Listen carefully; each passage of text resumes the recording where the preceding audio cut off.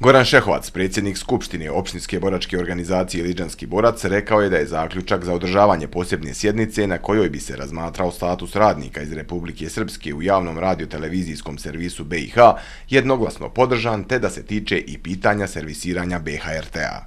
Pozivamo poslanike u Narodnoj skupštini Republike Srpske da hitno sakupe dovoljan broj potpisa i upute zahtjev za održavanje posebne sjednice na temu statusa kadrova iz Republike Srpske u javnom servisu Bosne i Hercegovine i da stane u njihovu zaštitu.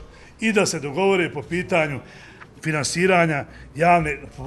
finansiranja same televizije Bosne i Hercegovine.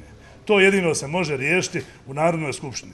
Ja pozivam iz grada Istočno Sarajevo, koji je bastion Republike Srpske i gdje se stvarala Republika Srpska, i mislim da je ovo jedan bitan istorijski čas danas u Istočnom Sarajevu, da smo skupili i da smo svi sjeli zajedno, kao i nekad što smo sjeli zajedno, nismo se nikad odvajali, a po pitanju nacionalnog interesa nećemo ni dan danas.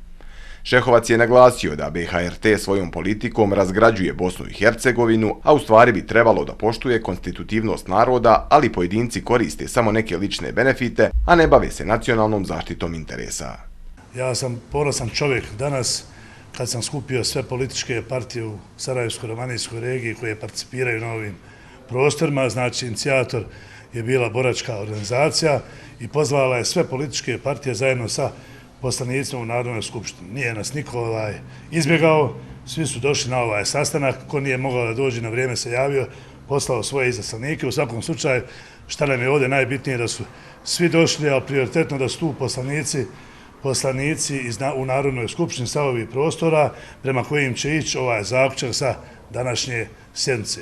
Šta je u pitanju? Mi danas se nismo ovdje sastali da nikoga provociramo, nego da jednostavno zavedemo red neki, ako neko želi da radi, a to je po pitanju televizije Bosne i Hercegovine. Televizija Bosna i Hercegovine, koliko znam, je državna televizija i mora da bude zastupljena. Sva priča i čitava priča mora da ide oko 3 konstitutivna naroda. U ovom slučaju televizija Bosne i Hercegovine ne poštuje nijedan moment. Pa nije od onih zabranjenih stvari što se priča po televiziji, a nije od zaposlenih radnika, a nije oko kadrova. Žalosno je da od 900 radnika imate možda samo jedno rukovodeće mjesto na televiziji Bosna i Hercegovina, da imate možda neki 5-7% zaposlenih iz Republike Srpske na televiziji Bosna i Hercegovina, a imate onaj jedan dio poslušnih Srba iz nekog dijela Čaršije u Sarajevu, gdje čestita od 1. marta i dalje, koji uopšte nemaju veze ni sa Republikom Srpskom, niti štiti interese Republike Srpske. U svakom slučaju, boračka organizacija traži od svih političkih partija da se dovedu u red i da počnu da se bave nacionalnim interesima, a ne ličnim stavovima, i ne da pojedinci idu dole i da imaju svoje profite ili da svoje neke benefite koriste samo za svoje lične stvari, a ne bave se nacionalnom zaštitom interesa. Oni su dole da brane Republiku Srpsku kroz razne institucije i da jednostavno sprovode mirnu politiku, a ne politiku radikalnu ili da se zavađamo, ne daj Bože. Doživjeli smo što smo doživjeli, mi želimo mir, želimo da svi građani živimo jednostavno u mir, da se bavimo ekonomijom, ali kad su ove stvari, televizija Bosne i Hercegovine nijednog momenta ne pomiruje građane, nego jedino razgrađuje Bosnu i Hercegovinu.